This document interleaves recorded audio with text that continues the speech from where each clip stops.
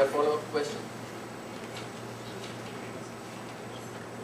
Any follow-up? Okay, the next one. And that's for Alagu.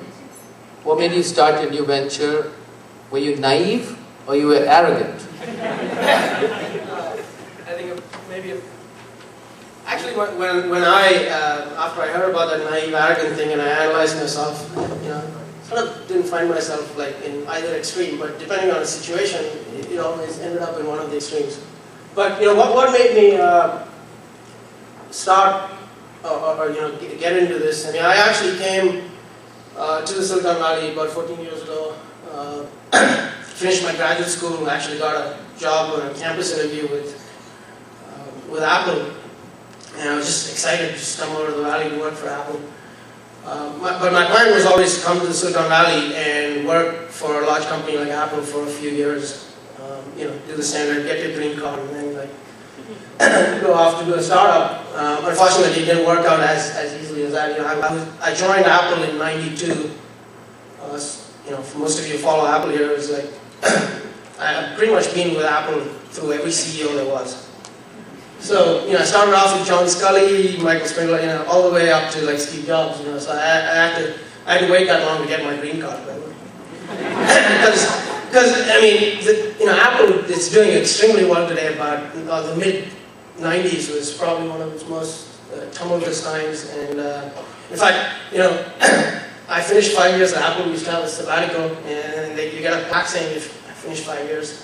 I got a really unique plaque because it's usually signed by a CEO, and I finished my 5 years. The date actually wasn't signed by any CEO because they didn't have a CEO. Anyway, all that aside, so it took me about 6 years before I could sort of get into why I came to the Silicon Valley. I always planned in '98 is when I left. For 6 months, I was actually trying to start a company before I joined the guys who started Terra, and passed up several opportunities. But having been an engineer, put prototypes together of started going and pitching VCs. It was quite an interesting time. I think that around '98 was when sort of the first wave of the internet had really passed. And the NASDAQ had taken a dive back to like 1500. I think it was like 97, 98 before the craziness of the 99 era. And so it wasn't actually the greatest time to go big pitching to get venture money. So, anyway, the idea was a little bit, it was quite interesting to me. A lot of ideas are actually born from your own frustration with something, and my original idea to start a company was born out of, the internet had just taken off. There was a lot of streaming of new content on the internet. In fact, I was one of the founding members of the QuickTime streaming team at Apple, so I had a lot of background in that area. And one of the things I wanted to do, I used to live up in San Francisco and commute down to Cupertino. And for those of you who used to follow internet radio at that time, there was a radio called CNET Radio. And it was only available on the internet, and I wanted to listen to it when I was driving down from San Francisco, because otherwise it was National Public Radio. I don't listen to much music, and so I had my cell phone, and I wanted to basically figure out a way to actually get CNET Radio onto my cell phone. So I put this prototype together back in '98, where there's a little server back in my house, and I had. Those are like sort of pre-DSL days, so I had ISDN at home. And I had this little system which would actually take streaming content off the internet and then stream it out. I would dial in my second line, my fax line, and then it would actually stream it out to me. So I took this, I got a couple of other friends, and we went and actually pitched it to a bunch of venture capitalists. Some of them never went anywhere because the business model just didn't work. I mean, those were the days when cell phone airtime was quite expensive. People were saying like, yeah, who's going to be connected for an hour on your cell phone using airtime to just listen to some, a little bit of internet radio. So anyway, that was my first attempt at a startup. We pitched it several times, that didn't work. And then that's when I joined, the guys at Antara. We were building a streaming media caching system. So that was more sort of not a wild, wacky idea. It was a fairly sort of mainstream idea about delivering internet content. So pretty much, what made me start? I'd always wanted to do this. Tried a couple of different ideas before I joined the guys at Antara. I was pretty happy I did that, and helped grow the company from there onwards and then sell it. That's wonderful. I think what you're also pointing out is that there's windows of opportunity. You've got great ideas. Look what's going on now. People want to stream down video to a cell phone, when the real problem in a cell phone is how do you conserve the battery for the longest and the most precious of things, which is talking. And so I don't know how that's going to work out, but that people have found to be the best business to invest in. And there are a lot of investors investing. God knows how many of them are going to be successful, but we'll wait and see. Any follow-on questions? Okay, let's go to the next one. Okay, Vivek. So we're going to, I think there's all kinds of words for this, but I'm not going to expand that. But I think most people actually think that entrepreneurs are the only ones who actually go looking for money. Not many people know how VCs actually go get the money. And that's going to be an interesting one for people to know. It's equally, it's got its own process, it's not easy. And so if you can share a little bit about that. Sure. So, I think that there's one simple formula that VCs use to raise money, which is they promise to give back more than they took. And I think that pretty much applies to every entrepreneurial conversation that you have as well. And so I think that, from a VC perspective, that ultimately is the acid test. So all the rest said and done, what you're doing is you're trying to figure out, do I know more about this space that, I have an angle that nobody else does? Do I have better revenue leverage because either I have other portfolio companies or I have contacts that I can help this company with? Do I have better technical leverage that allows me to help this company in ways that are, more than anybody else can? And therefore, I am the most natural partner. I think the reality is that in today's world, being an entrepreneur is a phenomenally good time because there is more capital than there are good ideas out there. And in some sense, there's a competition from a venture capitalist perspective to be able to get the best ideas out there. But really, ultimately, the way that matchmaking happens is through this notion of you can bring something to the party that's better than anybody else can.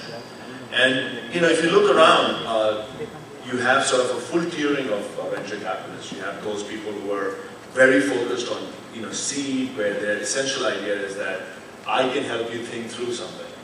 Or you have the early stage guys who basically say, I can place a few big bets, I have better technical leverage, and as long as a couple really hit it big, it's good, and then sort of so on and so forth.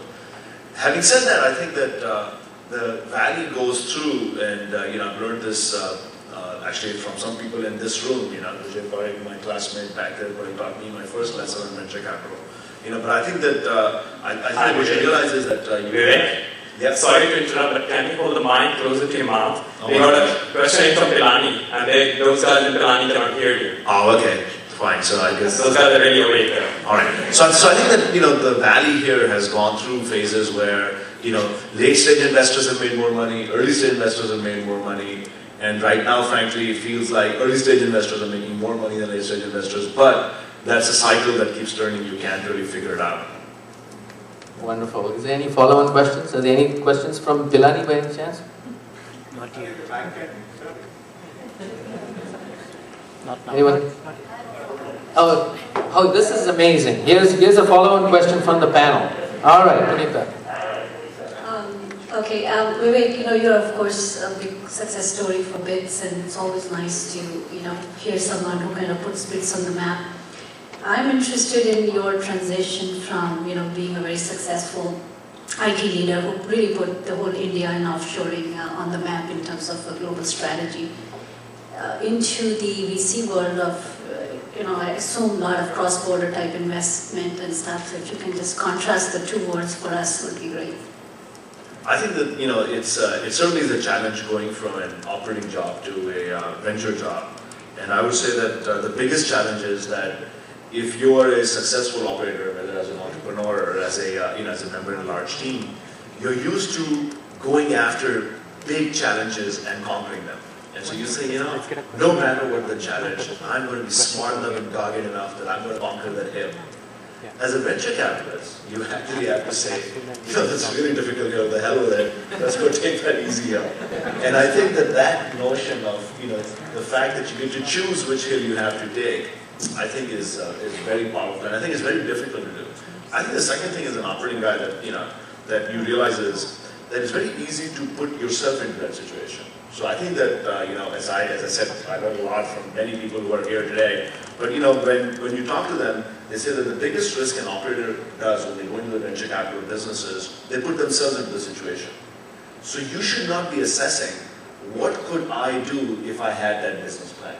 You have to assess, what would that management team do with their business plan? And I think that is a different way of thinking that you have to get accustomed to. There's many more, but I'll stop at that. Good. There's another one? Yeah.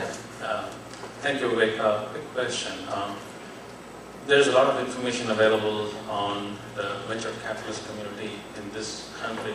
What are the rules in India, and how is the landscape in the VC community in India? Can you share some information? So I'd say that the VC community in India actually is very transparent. So there's a couple of websites, the URLs of which I do not remember off the top of my head, thanks to the simple task of bookmarking everyone, so you never have to remember them anymore. But actually you can get weekly updates on what venture activity happened in India, who did what investing, etc. So there is plentiful information available, and it's a pretty transparent thing. Having said that, I think that venture in India is particularly difficult right now for the following reasons. One, except at the really early stage, there's not a lot of great product ideas. Everybody wants to be a service company. And as I was talking to one of my friends earlier, that who set up a service company, that it looks a lot easier than it turns out to be. And so I think that you don't really have a lot of creative, innovative new ideas. I think things are changing now. And we're beginning to see, particularly on the mobile platforms, some interesting stuff coming up, but that's at the seed level. Outside that, what you're seeing is there's kind of a arid desert where everybody went after services for several years, and there's really no great ideas. So you don't have the mid-stage or sort of later early-stage companies in India. And then you have a lot of interesting opportunities in companies that have reached their revenue and profitability stage. But there, from a venture capitalist perspective, it's very difficult because if you wanted to raise $8 million in the US, $8 million to public market is not a viable option. In India, actually, $8 million to public option is very viable. And the Indian markets are on fire. I mean, they're up, whatever, 400% over the last 3 years. And, so as a result, when you're a venture capitalist, and you're talking to a entrepreneur who says, I want next year's earnings multiplied by next year's PE, because PE is expanded.